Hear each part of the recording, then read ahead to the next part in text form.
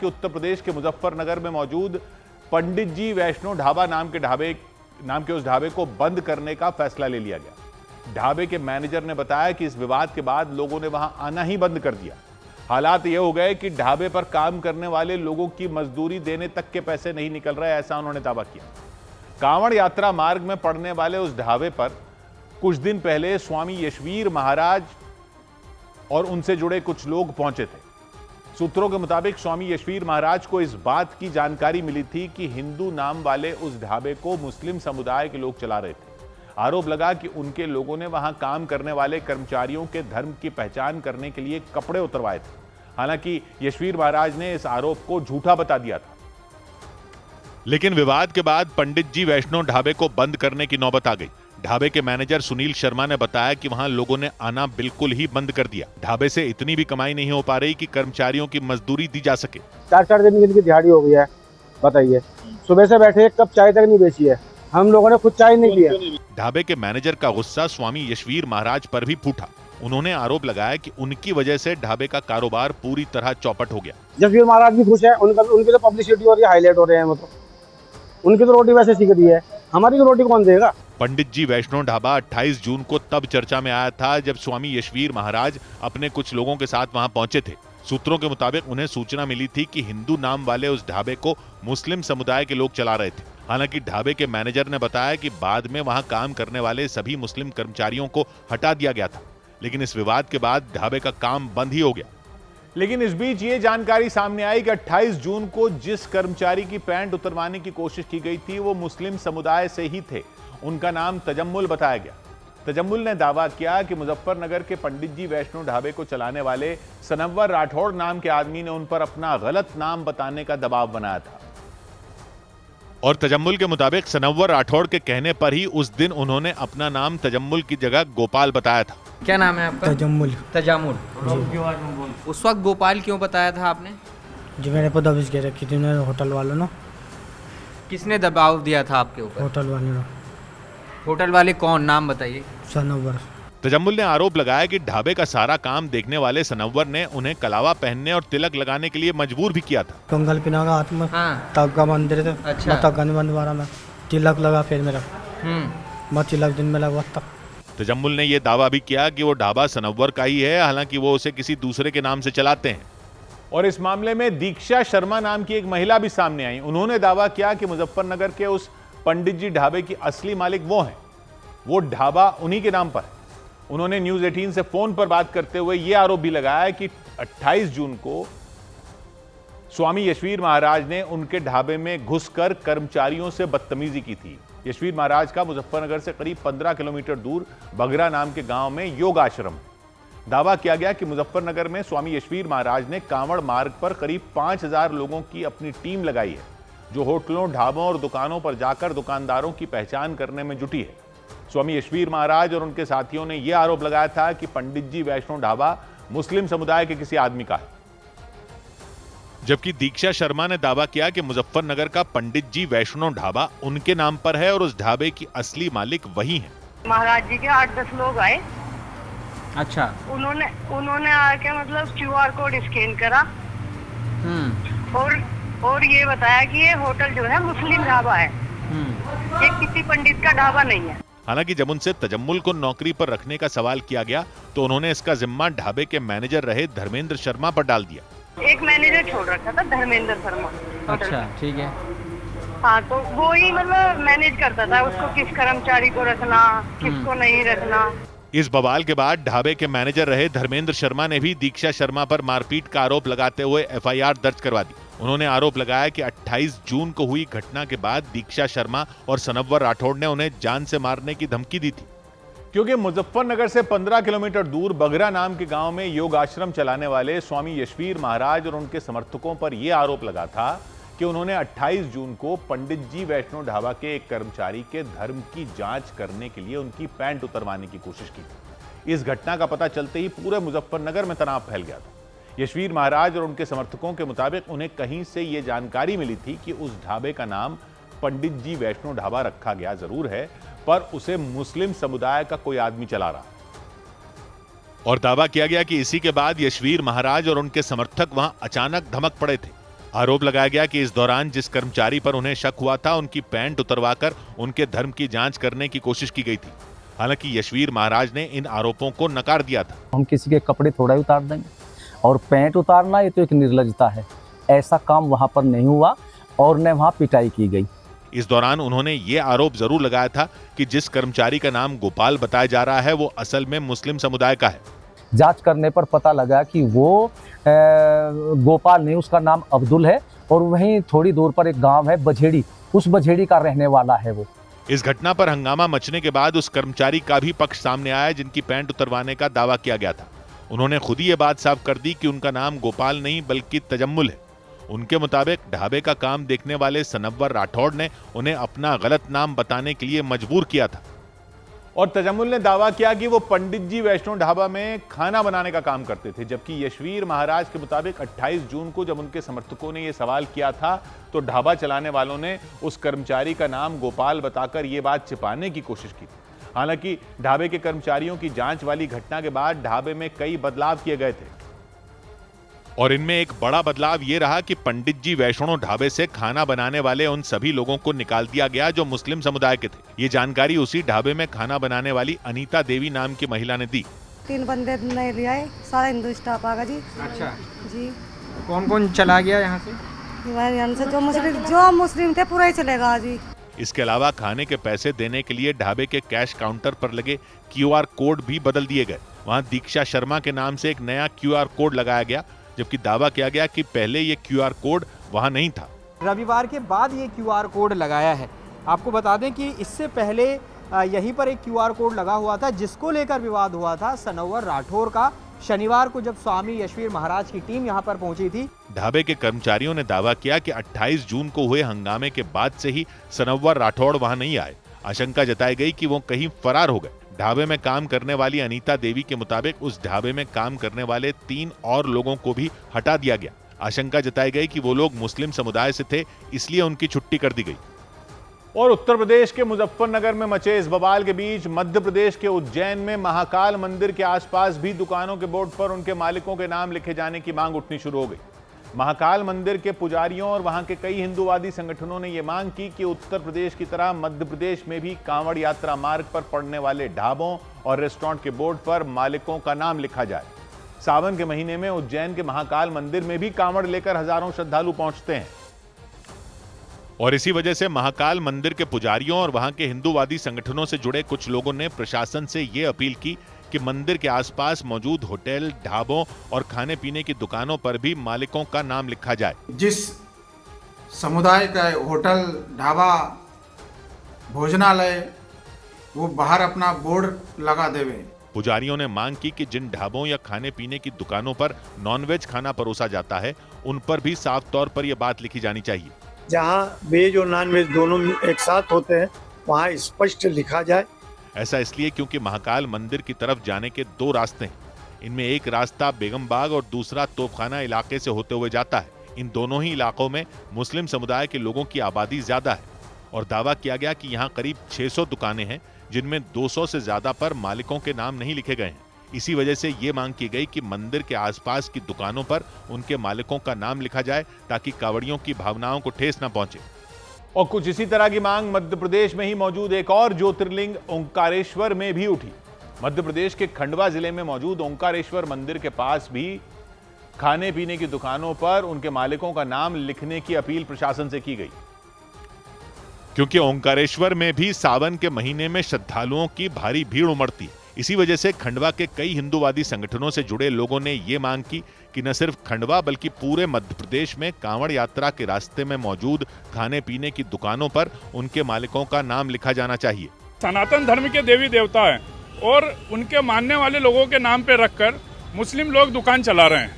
प्रदर्शन कर रहे हिंदूवादी संगठन के उन लोगों ने प्रशासन से ये अपील भी की कि जो लोग इस नियम का पालन न करें उनके खिलाफ कार्रवाई भी की जानी चाहिए। इसके अलावा कांवड़ यात्रा के रास्ते में मौजूद खाने पीने की दुकानों में साफ सफाई का ध्यान भी रखा जाना चाहिए। इसकी भी समय समय पर जांच होनी चाहिए ताकि कांवड़ यात्रा या फिर दर्शन के लिए आने वाले श्रद्धालुओं को गंदगी का सामना न करना पड़े। इधर यूपी के गाजियाबाद में लूटपाट के आरोपी एक बाप बेटे की जोड़ी को गिरफ्तार कर लिया गया। दिल्ली के पास यूपी के गाजियाबाद में पुलिस ने लूटपाट करने वाले एक बाप बेटे की जोड़ी को मुठभेड़ के बाद गिरफ्तार करने का दावा किया। पुलिस के मुताबिक उमर नाम का लड़का अपने पिता शाहिद के साथ काफी वक्त से लूटपाट करता था। पुलिस ने उसके पास से पिस्तौल, लूट का सामान और एक बाइक बरामद करने का दावा किया। उत्तर प्रदेश के आगरा में पुलिस ने मुठभेड़ के बाद 10,000 के एक इनामी बदमाश को गिरफ्तार करने का दावा किया। पुलिस के मुताबिक कुछ दिन पहले उसने एक ट्रांसपोर्टर को लूटने के इरादे से फायरिंग की थी और फिर लखनऊ चला गया था। इसके बाद एक मुखबिर की सूचना पर पुलिस ने आरोपी को लखनऊ से गिरफ्तार किया और आगरा ले आई। उत्तर प्रदेश के इटावा में संदिग्ध हालात में रश्मि नाम की एक महिला की मौत हो गई, लेकिन रश्मि के परिवार ने ससुराल वालों पर उसकी हत्या करने का आरोप लगाया। परिवार के मुताबिक 2.5 साल पहले रश्मि की शादी हुई थी और आरोप लगाया गया कि तभी से उन्हें दहेज के लिए प्रताड़ित किया जाता था।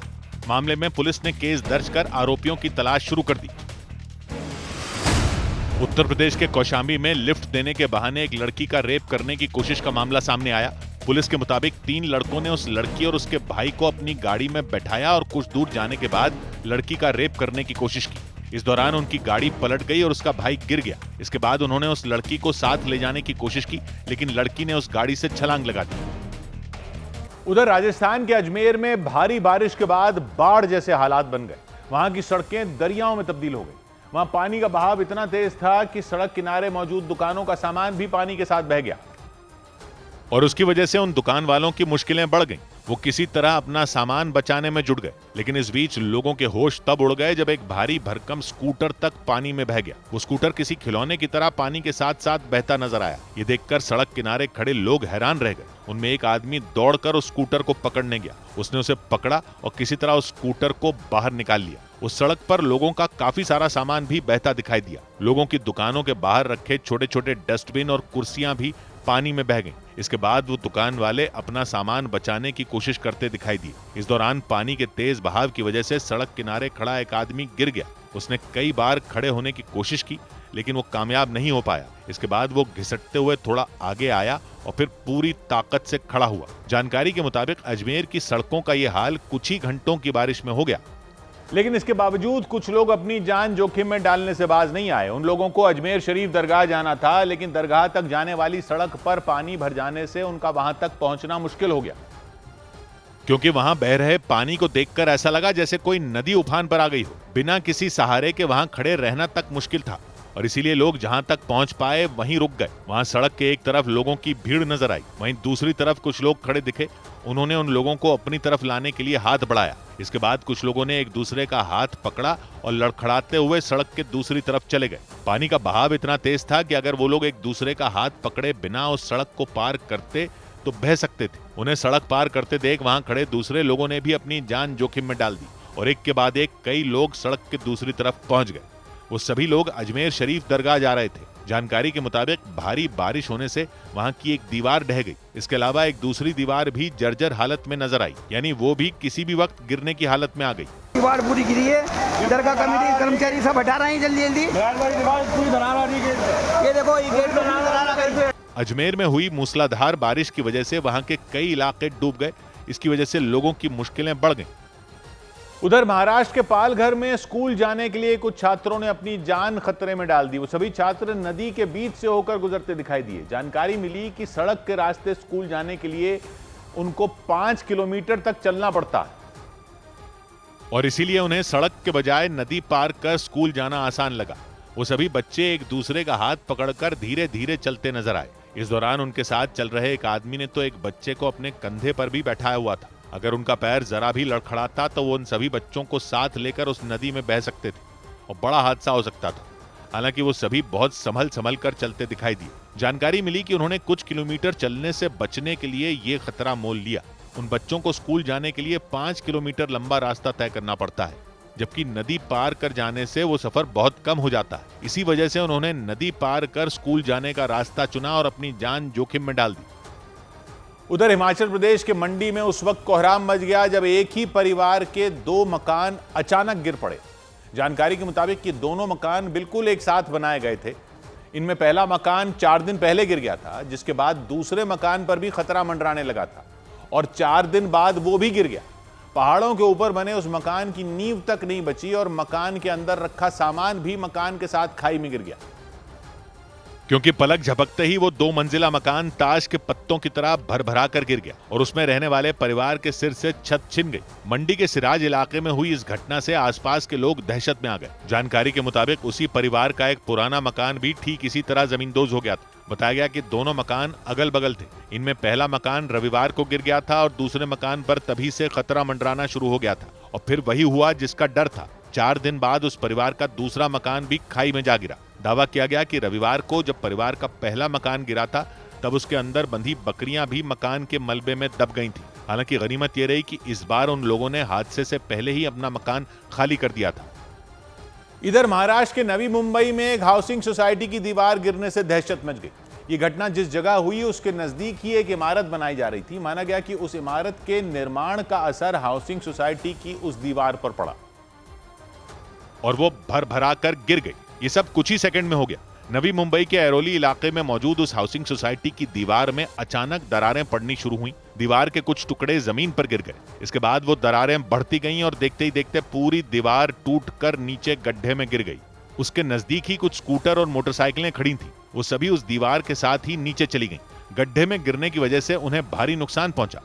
गनीमत यह रही कि घटना के वक्त वहां कोई खड़ा नहीं था, नहीं तो हादसा और भी बड़ा हो सकता था। घटना के लिए वहां बन रही उस इमारत का निर्माण करने वालों को जिम्मेदार माना गया।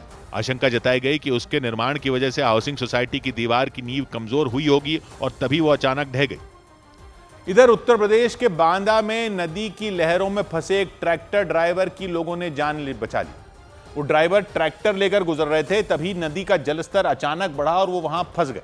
नदी में पानी इतनी तेजी से बढ़ा कि धीरे धीरे उनके ट्रैक्टर का निचला हिस्सा डूब गया और खौफनाक लहरों के बीच वो ड्राइवर ट्रैक्टर पर खड़े हो गए। वो काफी देर तक सैलाब से बाहर निकलने की कोशिश करते रहे और उन्होंने हिम्मत नहीं हारी। इसी बीच चंद्रावल नदी के किनारे मौजूद कुछ लोग उनकी मदद के लिए ट्रैक्टर के पास जाते नजर आए। भाई सब लोग पकड़ लो उनको, पकड़ लो। उनमें एक आदमी ने अपने हाथ में एक डंडा पकड़ लिया और उस डंडे को उस ड्राइवर की तरफ बढ़ाते दिखे। इस बीच उन लोगों ने लहरों से मुकाबला करने के लिए एक दूसरे का हाथ पकड़ लिया और पूरी ताकत से वहां डटे रहे। कुछ देर तक जद्दोजहद करने के बाद वो ड्राइवर उस डंडे को पकड़ने में कामयाब हो गए। फिर तो उन्होंने जरा भी देर नहीं की और ट्रैक्टर से पानी में कूद गए। इसके बाद वो लोग उन्हें खींचकर पानी से बाहर निकालते नजर आए। लाठी नहीं छोड़ना, ये दादा आगे लाठियों से खींच करके लाया जा रहा है दादा को। बांदा जिले के अमारा जसपुरा मार्ग से उस ट्रैक्टर के ड्राइवर गुजर रहे थे, लेकिन भारी बारिश की वजह से चंद्रावल नदी में आए उफान में वो फंस गए। हालांकि नदी के किनारे मौजूद उन लोगों ने उन्हें बचा लिया। इधर उत्तराखंड के रुद्रप्रयाग में केदारनाथ धाम जाने वाली सड़क पर मलबा गिरने के बाद एसडीआरएफ की टीम ने कई श्रद्धालुओं को सुरक्षित निकाला। बड़ी संख्या में श्रद्धालु केदारनाथ धाम से दर्शन करके पैदल लौट रहे थे, लेकिन बारिश के बाद केदारनाथ हाईवे पर पहाड़ से पत्थरों की बरसात शुरू हो गई और केदारनाथ हाईवे पर पत्थरों का ढेर जमा हो गया। वहां चट्टानों के बड़े बड़े टुकड़ों ने सड़क पर कब्जा कर लिया और उन श्रद्धालुओं का रास्ता रोक दिया।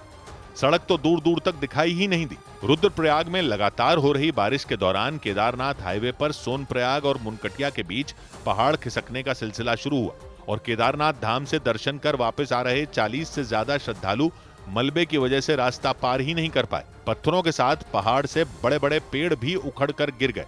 इसके बाद एसडीआरएफ के जवान वहां पहुंचे और जवान उन श्रद्धालुओं से पहाड़ से गिर रहे पत्थरों से खुद का बचाव करने की अपील करते सुनाई दिए। ऊपर पहाड़ी से लगातार पत्थर गिरे हैं, पुल के किनारे से हट जाए, पुल पे खड़े ना रहे। वहां रास्ता चालू कराने के लिए खुदाई करने वाली मशीनों की मदद ली गई और वो मशीनें केदारनाथ हाईवे से उन पत्थरों को हटाती नजर आईं। लेकिन कई घंटों तक मलबा नहीं हटाया जा सका और एसडीआरएफ के जवानों ने पत्थरों के बीच से ही श्रद्धालुओं को किसी तरह सुरक्षित निकाला। वो जवान श्रद्धालुओं के हाथ पकड़कर उन्हें रास्ता पार कराते नजर आए। उधर उत्तर प्रदेश के वाराणसी में गंगा नदी के उफान पर आने से 100 से ज्यादा मंदिर डूब गए। इसके अलावा कई घाटों का आपस में संपर्क भी टूट गया। वाराणसी में पिछले एक हफ्ते में बेहिसाब बारिश हुई, उसकी वजह से गंगा नदी का जलस्तर बढ़ गया और हालात ऐसे हो गए कि घाटों के किनारे मंदिर पूरे के पूरे पानी में डूब गए। उन मंदिरों में लगी मूर्तियों का सिर्फ ऊपर वाला हिस्सा बाहर नजर आया। उनमें कुछ मंदिर तो ऐसे भी थे जो दिखना ही बंद हो गए, यानी उस जगह को देखकर ऐसा लगा जैसे वहां कभी मंदिर थे ही नहीं। इसके अलावा उन मंदिरों के पास बनी सीढ़ियां भी जलमग्न हो गई। नीचे वाली सीढ़ियों को डुबोने के बाद पानी ऊपर वाली सीढ़ियों तक पहुंच गया। उसकी वजह से लोगों की मुश्किलें बढ़ गईं। जानकारी के मुताबिक गंगा नदी के उफान पर आने से घाट के किनारे मौजूद 100 से ज्यादा मंदिर डूब गए। इसके बाद कई घाटों का आपस में संपर्क भी टूट गया, यानी पानी भर जाने की वजह से एक घाट से दूसरे घाट तक जाने का रास्ता बंद हो गया। वाराणसी में पिछले एक हफ्ते में भारी बारिश हुई, इसकी वजह से गंगा नदी का जलस्तर बढ़ गया। ऐसे में प्रशासन की तरफ से अलर्ट जारी कर दिया गया और एनडीआरएफ की टीमें तैनात कर दी गई। इधर गुजरात के बनासकांठा में भारी बारिश की वजह से कई सरकारी दफ्तर पानी में डूब गए। गुजरात के बनासकांठा में लगातार हुई बारिश के बाद कई सरकारी दफ्तर पानी से लबालब हो गए। उन सरकारी दफ्तरों के परिसर में बारिश का पानी घुस गया और कई सड़कें भी पानी में डूबी नजर आईं। हिमाचल प्रदेश के मनाली में पहाड़ खिसकने की वजह से मनाली लेह रोड पर गाड़ियों का गुजरना बंद हो गया। भारी बारिश के बाद पहाड़ से गिरा मलबा अटल टनल के पास इकट्ठा हो गया और लोगों की सुरक्षा को देखते हुए वहां रास्ता बंद करना पड़ा।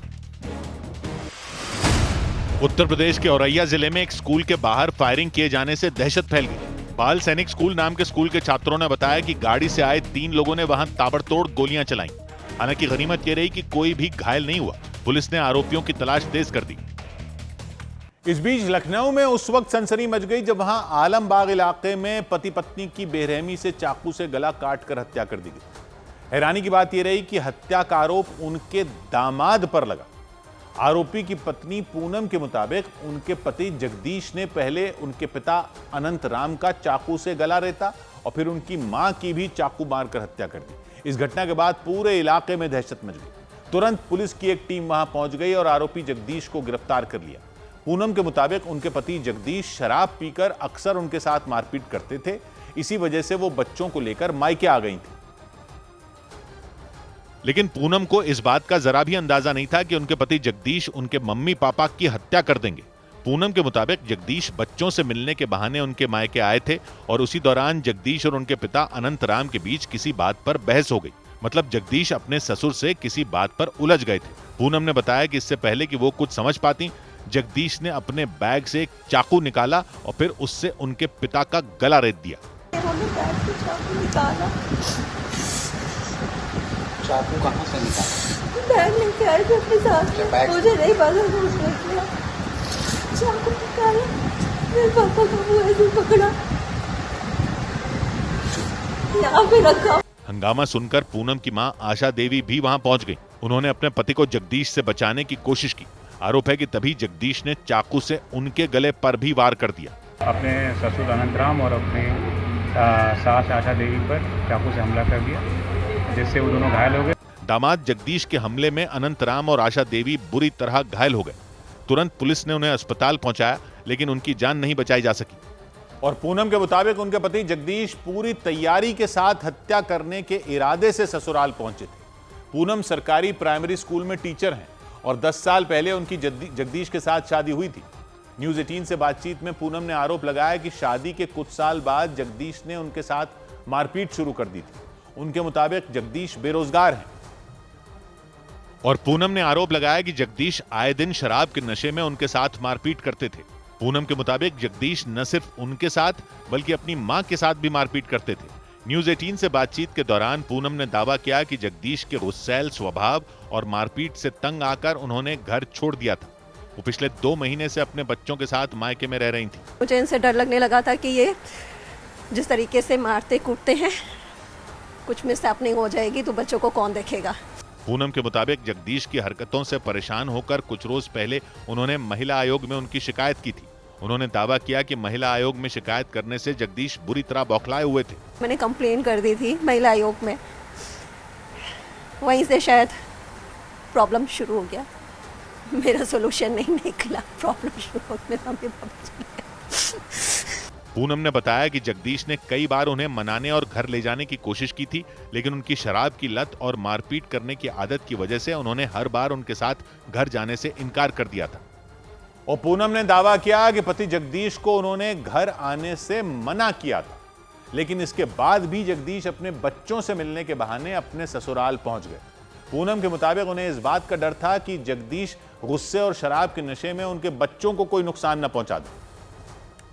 लेकिन उन्हें यह नहीं पता था कि जगदीश का इरादा उनके मम्मी पापा की हत्या करने का था।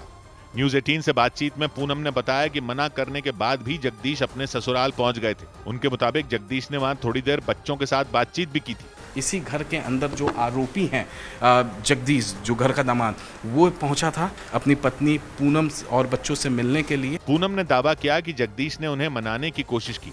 उन्होंने घर की जिम्मेदारी संभालने का भी वादा किया। उन्होंने आरोप लगाया कि जैसे ही अनंतराम ने विरोध किया, जगदीश ने बैग से चाकू निकालकर उनका गला काट दिया। उनकी पत्नी ने आरोप लगाया कि जगदीश ने उसी चाकू से सास की भी हत्या कर दी। पापा का मुंह पकड़ के दरवाजे पे थे, वो बगल में आके करे, बहुत छोटा सा रूम है, पास आके खड़े ताबड़तोड़ उन्होंने शुरू कर दिया। आधे 1 मिनट में उसने सारा किस्सा खत्म कर दिया। पापा मम्मी मेरे भाई में आंखों के सामने अपने माता पिता की हत्या होते देखकर पूनम बुरी तरह रोने लगी। शोर सुनकर आस पड़ोस के लोग भी वहां पहुंच गए। इसके बाद लोगों ने जगदीश को पकड़कर पुलिस के हवाले कर दिया। इधर दिल्ली के पौश इलाके लाजपत नगर में डबल मर्डर से सनसनी मच गई। वहां एक महिला और उनके 14 साल के बेटे पर धारदार हथियार से हमला कर उनकी हत्या कर दी गई। दोनों का शव उनके घर के अंदर मिला। रुचिका सेवानी नाम की वो महिला अपने पति के साथ कपड़ों की एक दुकान चलाती थी। हत्या का आरोप उनके घर में काम करने वाले नौकर पर लगा। बताया गया कि आरोपी महिला के घर के काम के अलावा दुकान में भी काम करता था। मामले की जानकारी मिलने के बाद पुलिस ने आरोपी नौकर को कुछ ही घंटों के अंदर गिरफ्तार कर लिया। वो आरोपी से पूछताछ करने में जुट गई ताकि रोंगटे खड़े कर देने वाले इस हत्याकांड का सच सामने लाया जा सके।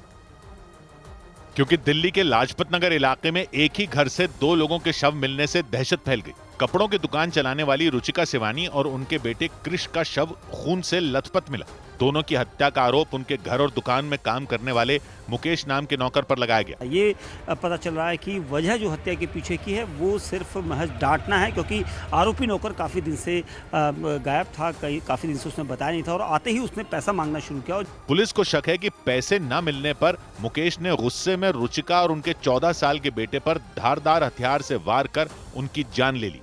मुकेश के साथ काम करने वाले दूसरे लोगों ने बताया कि रुचिका ने पहले भी उसे डांट लगाई थी। ऑनर है, थोड़ा बहुत तो फर्ज होता है डांटने का। क्यों नहीं आ रहा, क्यों गोली दे रहा है? जो कहना साफ बोल दे कि इतने दिन के बाद आऊंगा। हत्याकांड की जानकारी मिलते ही पुलिस ने आरोपी को कुछ ही घंटों के अंदर दबोच लिया।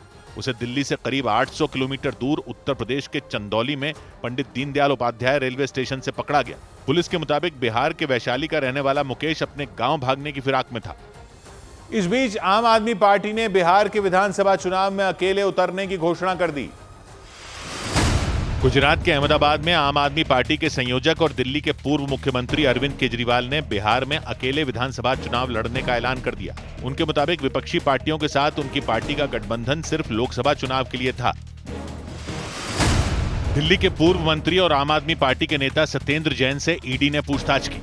दिल्ली जल बोर्ड के सीवेज ट्रीटमेंट प्लांट घोटाला मामले में उनसे पूछताछ की गई। ईडी ने पिछले साल इस मामले को लेकर दिल्ली समेत कई शहरों में छापेमारी भी की थी। केंद्रीय संसदीय कार्य मंत्री किरेन रिजिजू ने जानकारी दी कि मॉनसून सत्र से पहले 19 जुलाई को सभी दलों की बैठक बुलाई जाएगी। संसद का मॉनसून सत्र 21 जुलाई से शुरू होकर 21 अगस्त तक चलेगा। स्वतंत्रता दिवस समारोह की वजह से 13 और 14 अगस्त को संसद की बैठक नहीं होगी। इधर खाने की दुकानों में गंदगी की शिकायत मिलने पर उत्तर प्रदेश के बुलंदशहर में खाद्य सुरक्षा विभाग ने अभियान शुरू किया। इसके तहत मिठाई की एक दुकान में छापेमारी की गई और वहां से मिठाइयों के कई सैंपल इकट्ठा किए गए। साथ ही सभी दुकानदारों को चेतावनी दी गई कि वो अपनी दुकानों के अंदर साफ सफाई को लेकर कोई कसर न छोड़ें, नहीं तो उन पर सख्त कार्रवाई की जाएगी। क्योंकि विभाग के अधिकारियों ने बुलंदशहर के एक इलाके में जब छापेमारी की तो उनकी आंखें फटी की फटी रह गईं। अधिकारियों के मुताबिक वहां साफ सफाई में कई कमियां पाई गईं। ये कार्रवाई खुर्जा नगर इलाके में मिठाई की एक दुकान में की गई। इससे पहले उसी दुकान का एक वीडियो सामने आया था जिसमें एक कुत्ता नीचे रखे बर्तनों से कुछ खाता दिखा था। वो जिस जगह खा रहा था उसके ऊपर ही अलग अलग बर्तनों में दूध, दही और लस्सी रखी हुई थी। इसके बाद एक बिल्ली वहां पहुंची और वो सीधे दूध के बर्तन तक पहुंच गई। दूध के बर्तन को ढका नहीं गया था, ऐसे में बिल्ली को दूध पीने का मौका मिल गया। इन तस्वीरों को देखने के बाद ही खाद्य सुरक्षा विभाग के अधिकारी वहां पहुंचे। दुकान में कोई जानवर घुसा हुआ था और वो दुकान लस्सी और मिठाइयों की दुकान थी, तो हम लोगों ने उसका संज्ञान लेते हुए तत्काल टीम को वहां पर भेजा है। अधिकारियों ने दुकान से लस्सी और मिठाइयों के नमूने इकट्ठे किए और जांच के लिए उन्हें लैब में भेज दिया गया ताकि पता चल सके कि वो खाने लायक हैं या नहीं। इसके साथ ही विभाग ने सभी दुकानदारों को चेतावनी दी कि वो साफ सफाई का पूरा ध्यान रखें और कोई लापरवाही न बरतें। ऐसा न करने पर कड़ी कार्रवाई करने की चेतावनी भी दी गई।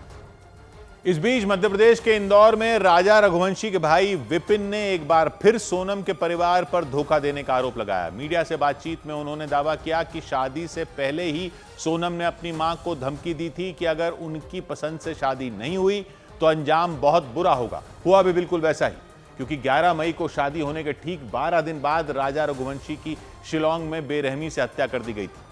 शिलांग पुलिस के मुताबिक राजा रघुवंशी की हत्या उनकी पत्नी सोनम ने अपने प्रेमी राज कुशवाहा के साथ मिलकर की थी।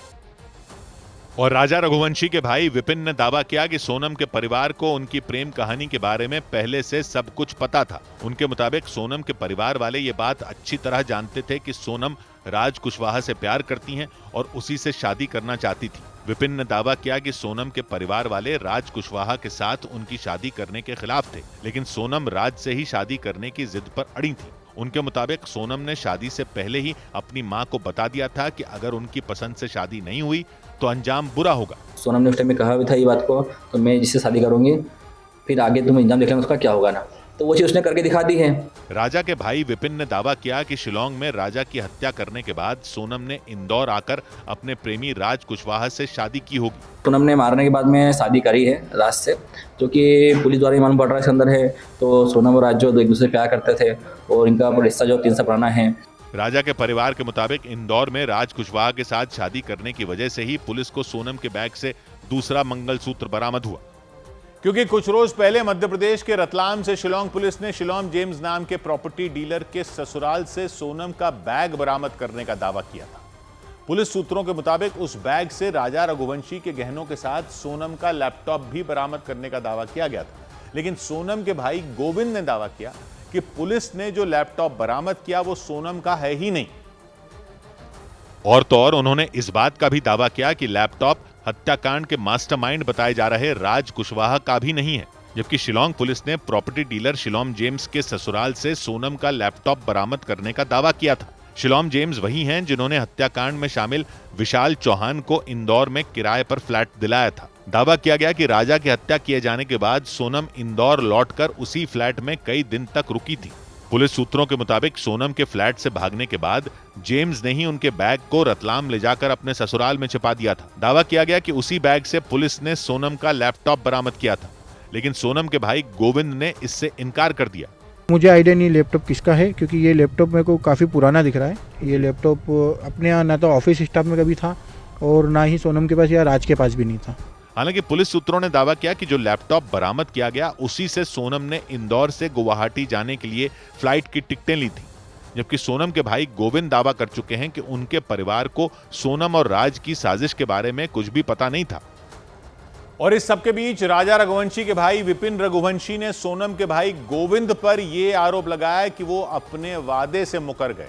उनके मुताबिक राजा की हत्या के बाद गोविंद ने घर आकर उनके परिवार से माफी मांगी थी और सोनम को कड़ी सजा दिलाने में उनकी मदद करने का भरोसा भी दिया था। लेकिन विपिन रघुवंशी ने दावा किया कि राजा की हत्या के करीब 1.5 महीने बाद सोनम के भाई गोविंद अपनी बात से मुकर गए। उन्होंने दावा किया कि गोविंद और उनके परिवार के लोग सोनम और राज कुशवाहा को बचाने के लिए वकील ढूंढने में जुट गए। पहले गोविंद ने कहा था कि मैं आप लोगों के साथ में खड़ा हूं और अब हमारे साथ में करना खड़ा होते हो, उसके बैंक के लिए जो है वकील करने जा रहा है आगे। मीडिया से बातचीत में विपिन ने बताया कि उन्हें इस बात का पहले से पता था कि गोविंद अपनी बातों से पलट जाएंगे। गोविंद के परिवार के लोग जो है ये सभी जने सोनम को बचाने में लगे हुए हैं और जो कि हमको सख्त उस टाइम पे भी तो ये लोग आज निकल बदलेंगे तो बदल गए हैं। हालांकि सोनम के भाई गोविंद ने सोनम का केस लड़ने के लिए किसी भी वकील से बातचीत करने की बात से इनकार कर दिया। भी वकील हमने अभी हायर नहीं करा है और हम अभी करना भी नहीं चाह रहे। जब तक हमें सोनम से बात नहीं होगी जब तक हम वकील अभी नहीं करेंगे। गोविंद ने दावा किया कि उन्हें सोनम का केस लड़ने के लिए लगातार वकीलों के फोन आ रहे हैं। ये बात भी सामने आई कि गोविंद सोनम से मिलने असम जा सकते हैं। इधर उत्तर प्रदेश के रामपुर में भीषण सड़क हादसा हो गया। उत्तर प्रदेश के रामपुर में एक ट्रक और कंटेनर की टक्कर में 3 लोगों की मौत हो गई। इस सड़क हादसे के बाद उनके शव को पोस्टमार्टम के लिए अस्पताल भेजा गया। सीएम योगी आदित्यनाथ ने इस हादसे पर शोक जताया और जिला प्रशासन को घायलों का इलाज करवाने के निर्देश दिए। उत्तर प्रदेश के बागपत में पुलिस ने लूटपाट करने के 3 आरोपियों को मुठभेड़ के बाद गिरफ्तार करने का दावा किया। पुलिस के मुताबिक उन आरोपियों ने हथियार दिखाकर कई ई-रिक्शा चालकों को लूटा था। खुफिया सूत्रों के मुताबिक पाकिस्तान की खुफिया एजेंसी ISI नेपाल के नागरिकों की मदद से भारत के सैन्य अड्डों की जासूसी करवा रही है। नेपाल के एक नागरिक से हुई पूछताछ के बाद इसकी जानकारी मिली। उसे दिल्ली पुलिस ने गिरफ्तार किया था। राज्यसभा सांसद समीक भट्टाचार्य को पश्चिम बंगाल में बीजेपी का नया अध्यक्ष चुन लिया गया। वो वहां साल 2026 में होने वाले विधानसभा चुनाव तक इस पद पर बने रहेंगे। इससे पहले सुकांत मजूमदार राज्य में बीजेपी के अध्यक्ष थे। उधर राजस्थान के बांसवाड़ा में एक टीचर पर तलवार से हमला कर उनकी सरेआम हत्या कर दी गई। दावा किया गया कि उनके पूर्व प्रेमी ने ही उनकी जान ले ली। घटना उस वक्त हुई जब वो टीचर वहां एक बस स्टैंड पर खड़े होकर बस का इंतजार कर रही थी और तभी उनके पूर्व प्रेमी बताए जा रहे महिपाल वहां आए और एक तलवार के साथ अपनी गाड़ी से उतरते दिखाई दिए। जब वो गाड़ी रोककर उतर रहे थे तभी अचानक वो गाड़ी चल पड़ी। इसके बाद उन्होंने पहले उस गाड़ी को ठीक से रोका और फिर बाहर निकले। बाहर निकलते ही उन्होंने वहां खड़ी टीचर के पेट पर उस तलवार से हमला कर दिया। ये देखकर वहां खड़े लोगों के रोंगटे खड़े हो गए। सब कुछ इतना अचानक हुआ कि कुछ सेकंड के लिए तो उन्हें समझ ही नहीं आया कि आखिर वहां हुआ क्या। इसके बाद जब तक उन लोगों ने होश संभाला, महिपाल दोबारा अपनी गाड़ी में बैठकर वहां से फरार हो गए। जानकारी के मुताबिक उन पर हमला करने के बाद महिपाल बुरी तरह घबरा गए थे और यही वजह रही कि कुछ दूर जाने के बाद ही उनकी गाड़ी एक पेड़ से टकरा गई। हालांकि लोगों के वहां पहुंचने से पहले ही वो भाग निकले। उसके पूर्व प्रेमी महिपाल भगोरा जो वहां पर आया, उसने एक तलवार से उसके पेट पर वार किया। इसके बाद घायल टीचर को अस्पताल ले जाया गया, लेकिन वहां पहुंचते ही डॉक्टरों ने उन्हें मृत घोषित कर दिया। पुलिस ने इस मामले में FIR दर्ज कर ली और आरोपी महिपाल को ढूंढने के लिए कई टीमें बना दी। इधर राजस्थान के टोंक जिले में सड़क हादसे में एक लड़के की मौत के बाद लोगों का गुस्सा बुरी तरह भड़क गया। उन्होंने घटना के बाद वहां पहुंचे पुलिस वालों को ही खदेड़ दिया। सैकड़ों लोगों की भीड़ उनके पीछे पड़ गई। इस दौरान वहां अफरा तफरी मच गई। जो लड़का हादसे का शिकार हुआ उसे एक ट्रैक्टर ट्रॉली ने कुचल दिया था। इस घटना से भड़के उस लड़के के परिजन इलाके के लोगों के साथ सड़क पर उतर आए। मामले की जानकारी मिलने पर कुछ पुलिस वाले उन्हें समझा बुझाकर रास्ते से हटाने के लिए पहुंचे, लेकिन गुस्साए लोगों ने उन पर धावा बोल दिया। सैकड़ों लोगों की भीड़ में महिलाएं भी शामिल दिखी। उन्होंने भी पुलिस वालों को दौड़ा दिया।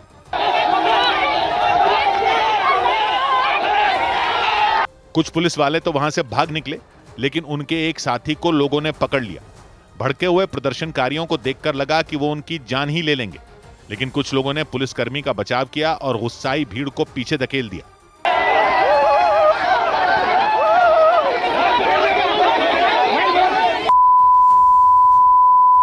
दंग कर देने वाला मामला टोंक में दूनी थाना क्षेत्र के राजमहल नाम के गांव का रहा। वहां सड़क हादसे में पप्पूलाल गुर्जर नाम के लड़के की मौत के बाद जमकर बवाल हुआ। आरोप लगा कि रेत माफिया के ट्रैक्टर ट्रॉली की चपेट में आने से लड़के की जान गई। इसके बाद उसके परिवार वालों ने शव को सड़क पर रखकर प्रदर्शन किया, लेकिन दहशत उस वक्त फैल गई जब लोगों का गुस्सा पुलिस वालों पर फूट पड़ा। इस झड़प के बाद वहां आसपास के थानों की पुलिस भी बुला ली गई।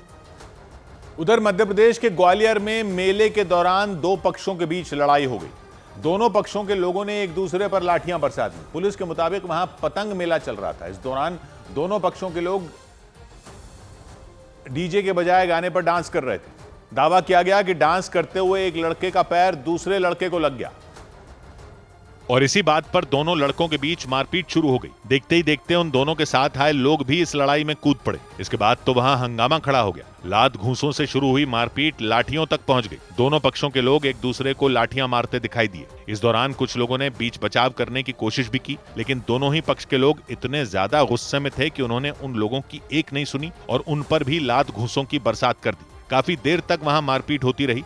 इसकी वजह से एक पक्ष के 7 और दूसरे पक्ष के 4 लोग बुरी तरह घायल हो गए। पुलिस के मुताबिक वहां चल रहे पतंग मेले के दौरान नाचते हुए उन दोनों पक्षों के बीच झगड़ा शुरू हुआ। यहाँ डीजे पे डांस करते समय दो पक्षों में दो लोगों में विवाद हो गया था। इस घटना के बाद दोनों ही पक्षों ने पुलिस थाने जाकर एक दूसरे के खिलाफ शिकायत दर्ज करवा दी। इधर मध्य प्रदेश के जबलपुर में एक लड़की पर आरोप लगा कि उसने अपनी ही सहेली पर एसिड फेंक दिया। उस लड़की का पूरा चेहरा जल गया। पुलिस के मुताबिक वो दोनों लड़कियां लंबे वक्त से दोस्त थीं, लेकिन कुछ महीनों से उनके बीच बातचीत बंद हो गई थी। दावा किया गया कि इसी बात से एसिड फेंकने वाली लड़की परेशान थी और उसने अपनी सहेली पर एसिड फेंक दिया। श्रद्धा दास नाम की उस लड़की को गंभीर हालत में अस्पताल में भर्ती करवाया गया, श्रद्धा के पिता के मुताबिक कुछ महीनों से उन दोनों सहेलियों की बातचीत बंद थी, लेकिन अचानक वो लड़की उनके घर आई और बातचीत के बहाने श्रद्धा को बाहर बुला लिया। तभी उसने श्रद्धा के चेहरे पर एसिड फेंक दिया और वहां से चली गई। कभी कभी वो पहले आज 7-8 महीने से छोड़ दिया। अभी उसका बच्चे को मेरा पेशा है, ये एग्जाम चल रहा है, इसलिए बोला जी मैं नहीं जाऊंगा। इस घटना की जानकारी मिलते ही पुलिस ने उस लड़की को गिरफ्तार कर लिया। हालांकि पुलिस ने दावा किया कि आरोपी लड़की के परिवार से पूछताछ में सामने आया कि उस लड़की की मानसिक स्थिति ठीक नहीं है। तो परिजनों का कहना है कि 1 महीने से उसका मानसिक संतुलन ठीक नहीं था, घर में भी ऊटपटांग हरकतें करती रहती थी, कभी उसके पेरेंट्स को भी मारने पीटने के लिए उतारू होती थी। पुलिस ने उस लड़की के एक दोस्त को भी गिरफ्तार किया।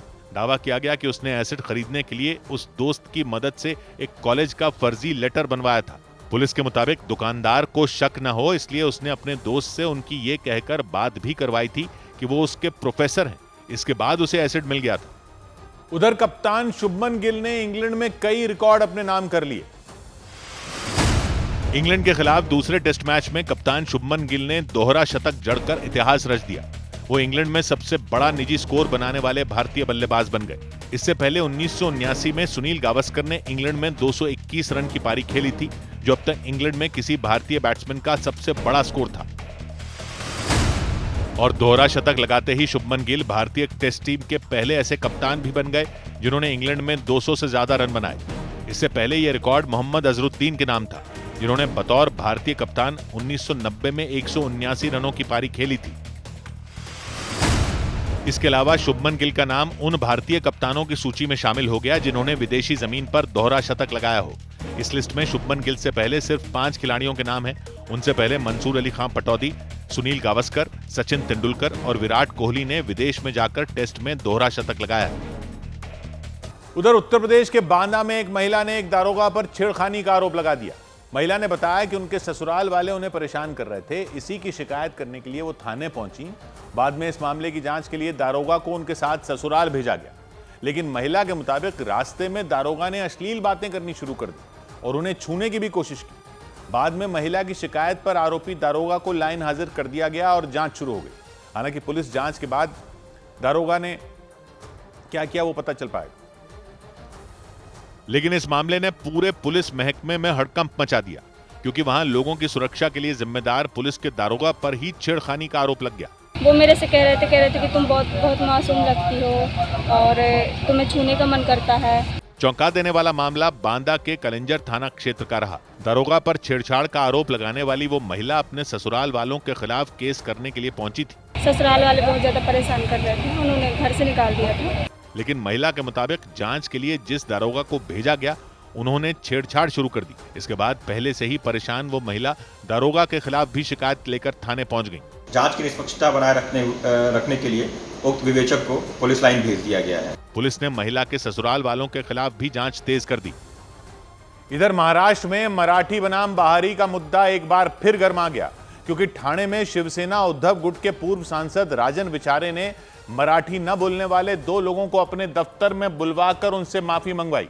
बताया गया कि कुछ दिन पहले एक मराठी आदमी का मराठी न बोलने वाले दुकानदार से सामान खरीदने के दौरान झगड़ा हो गया था और झगड़े के बाद उन्होंने इसकी शिकायत पूर्व सांसद राजन विचारे से कर दी थी, जिसके बाद राजन विचारे ने झगड़े में शामिल सभी लोगों को अपने दफ्तर बुला लिया और वहां बुलाकर मराठी न बोलने वाले दुकानदार को जमकर फटकार लगाई। इस दौरान वहां खड़े दुकानदार और उनकी दुकान में काम करने वाले कर्मचारी चुपचाप डांट सुनते रहे। एक तरी फटका खाल्ला तर काय एवढं डोकं हे करायला पाहिजे, एवढी चरबी नाही चालणार, महाराष्ट्र है। काफी देर चली डांट फटकार के बाद उन लोगों से कान पकड़कर माफी भी मंगवाई गई। मेरा नाम षणमुख पुजारी है। मैंने कल थोड़ा अपने दुकान पे थोड़ा सा लड़ाई हो गया इनके साथ में, तो मैंने इनको थोड़ा सा मारा, तो आइंदा से मैंने ऐसे गलती नहीं करूंगा, सॉरी, मुझे माफ कर दो। लेकिन बात इतने पर ही खत्म नहीं हुई। इसके बाद उन लोगों से पैर छूकर माफी मांगने को कहा गया और जब उन्होंने पैर छूकर माफी मांग ली तो उन्हें थप्पड़ लगाने के आदेश दे दिए। इसके बाद झगड़े में मराठी न जानने वाले दुकानदार के कर्मचारियों से भी माफी मंगवाई गई।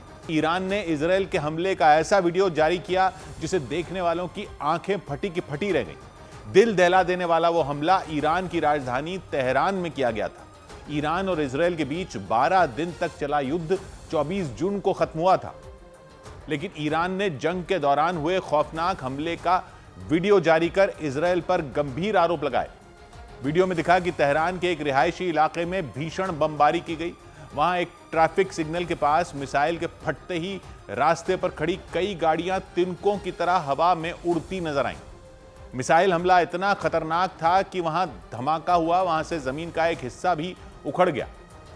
उसके साथ ही भारी भरकम गाड़ियां कई फीट दूर जा गिरी। वहां एक साथ कई मिसाइलें दागी गई थी। पहली मिसाइल एक इमारत पर गिरी और पलक झपकने से पहले ही दूसरी मिसाइल ने कहर बरपा दिया था। वो ट्रैफिक सिग्नल के पास किसी ज्वालामुखी की तरह फटती दिखी। रोंगटे खड़े कर देने वाले इस हमले में कई लोगों की जान चली गई थी। ईरान ने इस वीडियो को इजरायल के नरसंहार का सबूत बताया। उसने आरोप लगाया कि जंग में सैन्य और परमाणु ठिकानों पर हमले का दावा करने वाला इजरायल ईरान के बेगुनाह लोगों की जान ले रहा था। उधर उत्तर प्रदेश के औरैया में मामूली बात पर एक आदमी को इतनी बुरी तरह पीटा गया कि देखने वाले दंग रह गए। कुछ लोग उन्हें बीच सड़क पर बेरहमी से मारते नजर आए। जानकारी के मुताबिक पैसों के लेन देन की वजह से उनके बीच कहासुनी शुरू हुई और देखते ही देखते बात इतनी बढ़ गई कि मारपीट तक पहुंच गई। वहां मौजूद एक लड़का उनके बाल खींचता दिखा तो दूसरे आदमी ने उन पर जमकर डंडे बरसाए। चारों तरफ से पिटाई होने की वजह से वो सड़क पर गिर गए। ये देखकर वहां खड़े कुछ लोग बीच बचाव करने आए। उनकी बेरहमी से पिटाई होते देख आसपास के लोग भी घबरा गए। वहां लोगों का जमावड़ा लग गया। पुलिस के मुताबिक वो व्यक्ति फल का कारोबार करते हैं और पैसे के लेन देन की वजह से उनका उन लोगों से झगड़ा हुआ। रामकिशन फल का बकाया पैसा लेने के लिए कंचन तिराहा अछंदा आया था। पुलिस के मुताबिक वो कारोबारी उन लोगों से अपने बकाया पैसे मांगने गए थे, लेकिन इस बात पर वो भड़क गए और उनके बीच कहासुनी हो गई। इसके बाद उन लोगों ने उनकी पिटाई कर दी। चौंका देने वाला ये मामला औरैया जिले के अछल्दा का रहा। हालांकि पुलिस को इसकी जानकारी मिलते ही शिकायत दर्ज कर ली गई। इस बीच पाकिस्तान में आसिम मुनीर के अत्याचारों की पोल वहीं के मानवाधिकार आयोग के अध्यक्ष ने खोल दी। पाकिस्तान के मानवाधिकार आयोग के अध्यक्ष असद इकबाल ने आसिम मुनीर को यह चेतावनी दी कि फौज के दम पर लोगों के अधिकारों को कुचलना आसिम मुनीर को महंगा पड़ सकता है। और पाकिस्तान के मानवाधिकार आयोग के अध्यक्ष असद इकबाल ने आसिम मुनीर को यह चेतावनी दे दी कि जो जुल्म वो पाकिस्तान के लोगों पर कर रहे हैं उसका हिसाब पाकिस्तान की जनता उनसे जरूर लेगी। सड़कें होगी, यही गलियां होगी, लोगों के हाथों में पत्थर होंगे और खुदा की कसम तुम्हें कहीं जाए पनाह नहीं मिलेगी। उन्होंने डंके की चोट पर यह कहा कि आसिम मुनीर ने फौज के दम पर लोगों को दबाने की कोशिश की। साथ ही उन्होंने ये भी साफ कर दिया कि आसिम मुनीर चाहे जितना भी जोर लगा लें वो टस से मस नहीं होने वाले। गालियां भी देंगे तुम्हें, तुम इंतहाई घटी, तुम चाहे जनरल हो, हाफिज हो या कुछ भी हो। पाकिस्तानी सेना को बलूचिस्तान में की गई सैन्य कार्रवाई के बाद कई जगहों पर विरोध का सामना करना पड़ रहा है। इसी तरह के एक प्रदर्शन के दौरान पाकिस्तान के मानवाधिकार आयोग के अध्यक्ष भी आसिम मुनीर के खिलाफ हुंकार भरते नजर आए। इधर छत्तीसगढ़ के बिलासपुर में बेकाबू हुई एक कार ने कई गाड़ियों को ऐसी टक्कर मारी कि इसकी जोरदार आवाज सुनकर आसपास मौजूद लोग घबरा गए। कार की मालिक के मुताबिक उनका चौकीदार उनकी कार लेकर घर से निकला और नशे की हालत में उसने एक साथ कई गाड़ियों को टक्कर मार दी। इसके बाद उनका गुस्सा फूट पड़ा क्योंकि उस कार को चला रहे उस चौकीदार ने एक ऑटो रिक्शा को बुरी तरह टक्कर मार दी और टक्कर की आवाज सुनकर अपने घरों से कई लोग बाहर निकल आए। इससे पहले वो कार उनमें एक घर के सामने रखी कई बोरियों से टकराती नजर आई, लेकिन इसके बाद भी वो नहीं रुकी और वो उस ऑटो रिक्शा से भिड़ गई। फिर तो वहां अफरा तफरी मच गई। बड़ी संख्या में लोग उस कार के पास पहुंच गए और उन्होंने उस चौकीदार को खींचकर बाहर निकाला। इसी बीच उस कार की मालिक भी वहां पहुंच गई। उन्होंने गुस्से में अपने चौकीदार के बाल पकड़े और खींचकर उसे थप्पड़ जड़ दिया। भीड़ की मौजूदगी में डांटते हुए उन्होंने फिर उसे 3 थप्पड़ जड़ दिए। इसके बाद एक लड़का उसे अपने साथ ले जाता नजर आया। उस चौकीदार की मालिक के मुताबिक वो नशे की हालत में था और उसने बिलासपुर के कोतवाली थाना इलाके में उस ऑटो रिक्शा के साथ कई दूसरी गाड़ियों को भी टक्कर मार दी। इसमें उस ऑटो रिक्शा के कई हिस्से टूटकर सड़क पर बिखर गए। उधर मुंबई में अवैध तरीके से चल रही कैब और बाइक टैक्सियों की शिकायत मिलने के बाद महाराष्ट्र के परिवहन मंत्री प्रताप सरनाईक खुद इसकी जांच करने के लिए सड़क पर उतरे। इस दौरान उन्होंने कैब और बाइक टैक्सी चलाने वाली एक ऑनलाइन कंपनी के फर्जीवाड़े को पकड़ा। परिवहन मंत्री के मुताबिक वो कंपनी बिना इजाजत मुंबई में बाइक टैक्सी चला रही थी। इससे पहले राज्य सरकार को कई शिकायतें मिली कि मुंबई में बिना लाइसेंस लिए कुछ कंपनियां ये फर्जीवाड़ा कर रही हैं। और इन गड़बड़ियों का पता लगाने के लिए राज्य के परिवहन मंत्री प्रताप सरनाइक ने खुद इसकी जांच की। उन्होंने एक ऑनलाइन कंपनी से बाइक टैक्सी बुक की।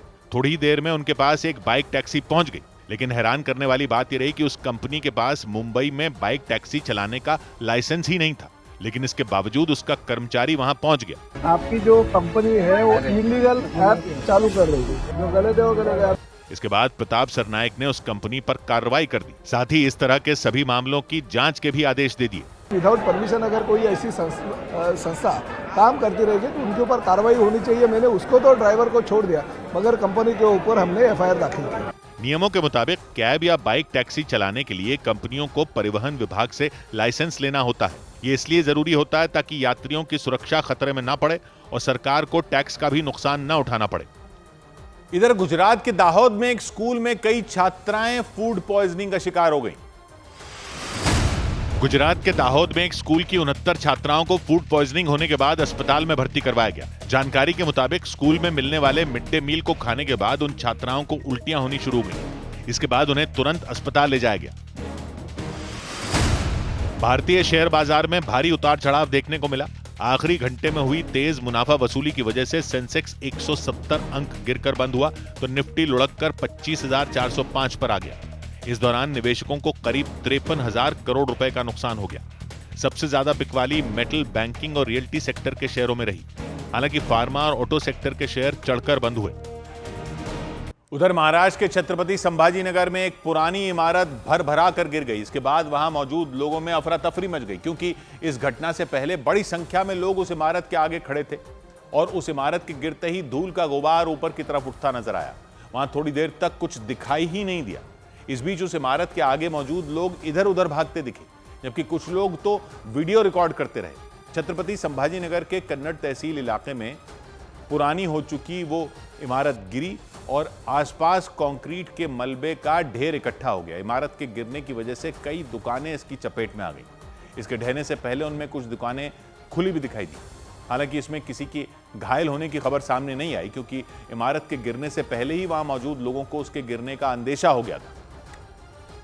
इधर गुजरात के कच्छ में उस वक्त हड़कंप मच गया जब एक भारी भरकम ट्रक हाईवे पर पलट गया। इस हादसे के बाद ट्रक का ड्राइवर सड़क किनारे जा गिरा। हादसे से पहले वो ट्रक कई किलोमीटर तक बेकाबू होकर दौड़ता रहा और देखते ही देखते वो ट्रक लड़खड़ाते हुए पलट गया। इसकी वजह से उस पर रखा कंटेनर गिर गया, जबकि वो ट्रक लहराते हुए दोबारा सीधा हो गया। उस कंटेनर के कुछ हिस्से टूटकर जमीन पर बिखर गए। भारी भरकम कंटेनर गिरने की वजह से कुछ सेकंड के लिए वहां धूल की चादर बिछ गई। इस हादसे को देखकर वहां से गुजर रहे लोग दहशत में आ गए। गनीमत यह रही कि कंटेनर हाईवे से गुजर रही गाड़ियों के ऊपर नहीं गिरा और बड़ा हादसा होने से टल गया। इस हादसे की वजह से उस ट्रक का ड्राइवर सड़क के दूसरी तरफ जा गिरा और अपना सिर पकड़कर खड़ा दिखाई दिया। इस दौरान वहां मौजूद लोग उसकी मदद करने के लिए पहुंचे और ड्राइवर के सिर पर कपड़ा बांध दिया। यह हादसा उस वक्त हुआ जब वो ट्रक कच्छ के अंजार से मुंद्रा जा रहा था। इससे पहले ट्रक का ड्राइवर तेज रफ्तार में कई किलोमीटर तक ट्रक को लहराते हुए चला रहा था। इतना ही नहीं, वो दूसरे ट्रक को ओवरटेक करने की कोशिश भी करता दिखा। यही वजह रही कि वो ट्रक लड़खड़ाकर पलट गया। उधर झारखंड के साहिबगंज में रेलवे यार्ड पर एक मालगाड़ी के कुछ डिब्बे अचानक अनियंत्रित हो गए और वहां खड़ी एक दूसरी मालगाड़ी से टकरा गई। ये टक्कर इतनी जोरदार हुई कि मालगाड़ी के 2 से 3 डब्बे एक दूसरे के ऊपर चढ़ गए और चढ़ने के बाद वो पटरी से उतरकर पलट गए और वो डिब्बे रेलवे ट्रैक के किनारे लगे बिजली के 2 खंभों के ऊपर गिरते नजर आए। वहां उन डिब्बों के पलटते ही उनमें लदे पत्थर जमीन पर दिखाई दिए।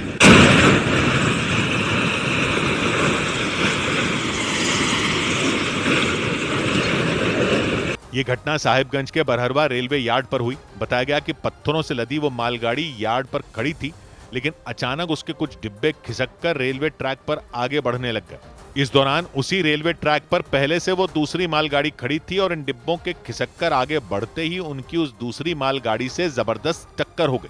इसके बाद उस मालगाड़ी के 2 से 3 डिब्बे आपस में टकराते हुए एक दूसरे के ऊपर चढ़ गए। इस घटना में उन दोनों मालगाड़ियों के कई डिब्बों को नुकसान पहुंचा और गनीमत यह रही कि इसमें किसी के घायल होने की खबर सामने नहीं आई। लेकिन इस घटना ने रेलवे प्रशासन के सुरक्षा इंतजामों पर कई सवाल खड़े कर दिए।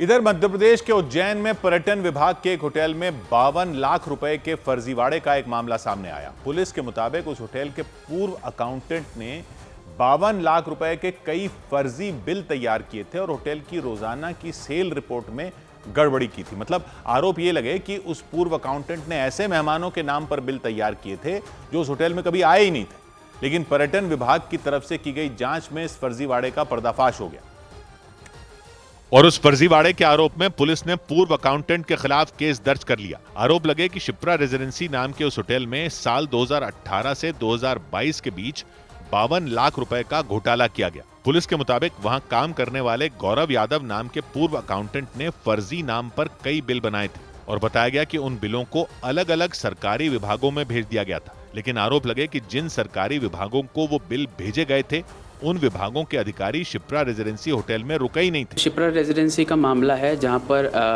एक सूचना प्राप्त हुई कि अतिथि सत्कार के नाम पे लगभग 52 लाख का फर्जीवाड़ा हुआ है। पिछले साल दिसंबर महीने में पर्यटन विभाग के अधिकारियों ने शिप्रा रेजिडेंसी होटल के अकाउंट को खंगाला था और जांच रिपोर्ट में 52 लाख रुपए के फर्जीवाड़े की बात सामने आई थी। पुलिस ने पूर्व अकाउंटेंट गौरव यादव के अलावा होटल के कुछ कर्मचारियों के भी इस घोटाले में शामिल होने की आशंका जताई। उधर जम्मू कश्मीर में अमरनाथ यात्रा के लिए आए श्रद्धालुओं के पहले जत्थे ने वहां अमरनाथ गुफा में दर्शन किए। अमरनाथ यात्रा 38 दिन तक चलेगी और इस दौरान सुरक्षा में कोई भी चूक न हो, इसके लिए प्रशासन ने सख्त इंतजाम किए। सुरक्षा कर्मियों ने वहां चप्पे चप्पे पर पैनी नजर बनाकर रखी ताकि अमरनाथ यात्रा में आने वाले हर खतरे को टाला जा सके। श्रद्धालुओं का पहला ग्रुप बेहद कड़ी सुरक्षा के बीच अमरनाथ गुफा के दर्शन के लिए पहुंचा। वहां जवान हर चौक चौराहे पर तैनात दिखे। सेना और प्रशासन की इस व्यवस्था से श्रद्धालु भी बेफिक्र नजर आए। उनके चेहरों पर कोई डर दिखाई नहीं दिया। कोई खौफ नहीं है। इंडियन आर्मी पूरी तरह मुस्तैद है और हम लोग काफी सेफ हैं। अमरनाथ यात्रा के पहले जत्थे में देश के अलग अलग इलाकों के हजारों लोग पहुंचे। इस यात्रा के दौरान वो लगातार जयकारे लगाते दिखाई दिए। वीर बजरंगी! यात्रा में पहुंचे लोगों के लिए जगह जगह मेडिकल कैंप लगाए गए। तबीयत खराब होने पर कुछ यात्री उन कैंपों में चेकअप भी करवाते दिखे और हर आने जाने वाले पर कड़ी निगरानी रखी जा रही है। कंट्रोल रूम स्थापित किए गए हैं और कंट्रोल रूम से भी नजर बनाई हुई है। अब अमरनाथ यात्रा के मुश्किल रास्तों पर कुछ श्रद्धालु घोड़े पर बैठकर जाते नजर आए। श्रद्धालुओं के पहले दल में केंद्रीय मंत्री शोभा करंदलाजे भी शामिल हुई। इधर मध्य प्रदेश में छतरपुर के बागेश्वर धाम में बड़ा हादसा हो गया। मध्य प्रदेश के छतरपुर में मौजूद बागेश्वर धाम में एक टिन शेड गिरने की वजह से एक श्रद्धालु की जान चली गई और 10 से ज्यादा लोग घायल हो गए। 1 जुलाई को यूपी के बरेली में हुए डबल मर्डर के पीछे पुलिस ने पारिवारिक झगड़े को वजह बताया। डबल मर्डर में नन्हे खान नाम के आदमी और उनके बेटे की हत्या की गई थी। पुलिस ने हत्या के आरोप में नन्हे खान के दूसरे बेटे और उनकी बहू के खिलाफ केस दर्ज कर जांच शुरू कर दी। उधर गुजरात के अमरेली और गिर सोमनाथ जिले में शेरों ने रिहायशी इलाके में घुसकर दहशत मचा दी। अमरेली में एक शेर जंगल से भटककर गांव के बीच पहुंचा और रात के वक्त कई पालतू जानवरों पर हमला कर दिया। वहां लगातार हो रहे शेरों के हमलों की वजह से लोगों की मुश्किलें बढ़ गईं, क्योंकि अमरेली के खांबा इलाके में दबे पांव वो शेर एक घर के अंदर घुसा और वहां जमीन पर बैठी एक गाय पर उसने अचानक झपट्टा मार दिया। इस दौरान एक बछड़ा भी उस गाय के नजदीक बैठा दिखा और उस शेर को हमला करते देख वो वहां से भाग निकला। फिर तो उस शेर ने पूरी ताकत से गाय की गर्दन जकड़ ली और उसे जमीन पर पटक दिया। इसके बाद वो छटपटाती नजर आई। वो खुद को उससे बचाने की कोशिश करती रही, लेकिन वो ज्यादा देर तक उसका मुकाबला नहीं कर पाई। कुछ देर में उस गाय के बेसुध होते ही वो उस बछड़े पर हमला करने के लिए दौड़ पड़ा। गुजरात के अमरेली की तरह गिर सोमनाथ जिले में भी शेरों ने रिहायशी इलाकों में लोगों को खौफ के साए में जीने के लिए मजबूर कर दिया। गिर सोमनाथ के उना इलाके में एक शेरनी एक फार्म हाउस के अंदर दाखिल हो गई और वहां बैठे कुछ लोग उसे देखकर घबरा गए। उस फार्म हाउस में मौजूद उन लोगों ने हिम्मत जुटाई और शोर मचाकर शेरनी को जंगल की तरफ खदेड़ दिया। उधर अमेरिका के कैलिफोर्निया में पटाखों के एक गोदाम में आग लगने से दहशत मच गई। आग लगने की वजह से गोदाम में कई घंटों तक धमाके होते रहे। ऐसे में खतरे को देखते हुए गोदाम के आसपास का इलाका खाली करवा लिया गया, क्योंकि हर धमाके के साथ वो आग और भड़कती चली गई। वहां से उठ रही आग की लपटों में उस गोदाम में रखे सामान के चिथड़े उड़ते दिखाई दिए। थोड़ी देर में वहां उठ रहा काला धुआं कई किलोमीटर दूर तक फैल गया। इसके बाद उस गोदाम के आसपास के इलाके में रहने वाले लोग खौफ से भर गए। आग ने इतना विकराल रूप ले लिया था कि उन लोगों को यह डर सताने लगा कि आग उनके मकानों तक न पहुंच जाए। इस खतरे को देखते हुए प्रशासन तुरंत अलर्ट हो गया और उस गोदाम के आसपास के 1.5 किलोमीटर तक के इलाके को खाली करवा लिया। जानकारी मिली कि दिन के वक्त अचानक उस गोदाम में जोरदार धमाका हुआ और देखते ही देखते पूरा गोदाम आग की चपेट में आ गया। गोदाम में बड़ी तादाद में पटाखे भरे हुए थे, जिसकी वजह से वहां कई घंटों तक धमाके होते रहे। हालांकि यह पता नहीं चल पाया कि गोदाम में धमाका कैसे हुआ। इधर दिल्ली के नजदीक हरियाणा के फरीदाबाद में एक जिम में कसरत करते वक्त दिल का दौरा पड़ने की वजह से एक व्यक्ति की जान चली गई।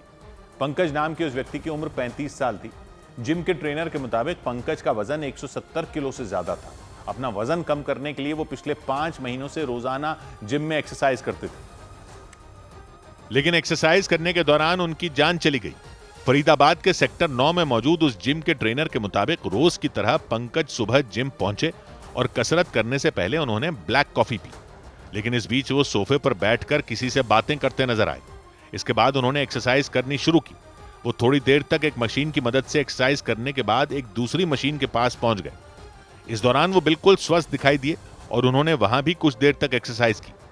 तभी वो अचानक अपनी पीठ के बल गिर पड़े। फिर तो वो उठ ही नहीं पाए। वहां उनके गिरने की तेज आवाज सुनाई दी, लेकिन जिम में चल रहे गानों की वजह से उनके गिरने की आवाज बाकी लोगों तक नहीं पहुंच पाई।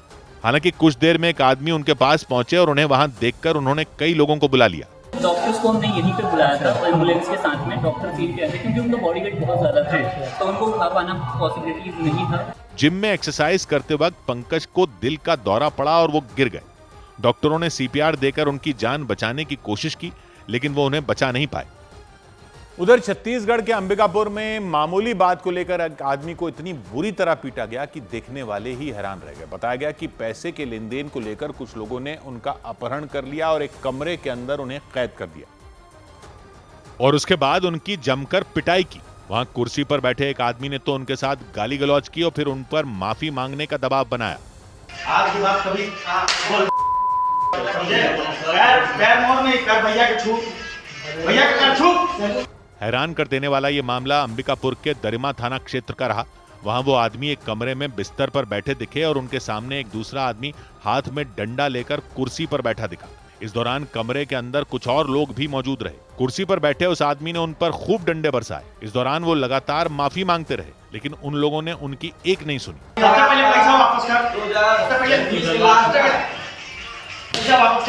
इसी बीच अचानक वो आदमी हाथ में डंडा लिए हुए गाने पर नाचने लग गया और फिर दोबारा उन पर माफी मांगने का दबाव बनाया। जानकारी के मुताबिक जिस आदमी की पिटाई हो रही थी वो पेशे से ड्राइवर हैं और उनका उन लोगों के साथ पैसों के लेन देन को लेकर झगड़ा चल रहा था।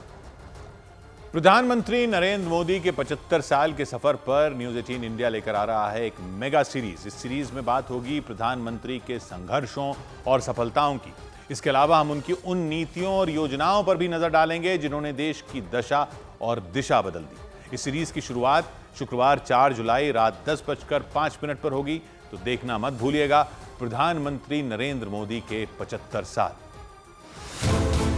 75 पहल, 75 परिणाम, संघर्ष, सफलताएं और मिसाल।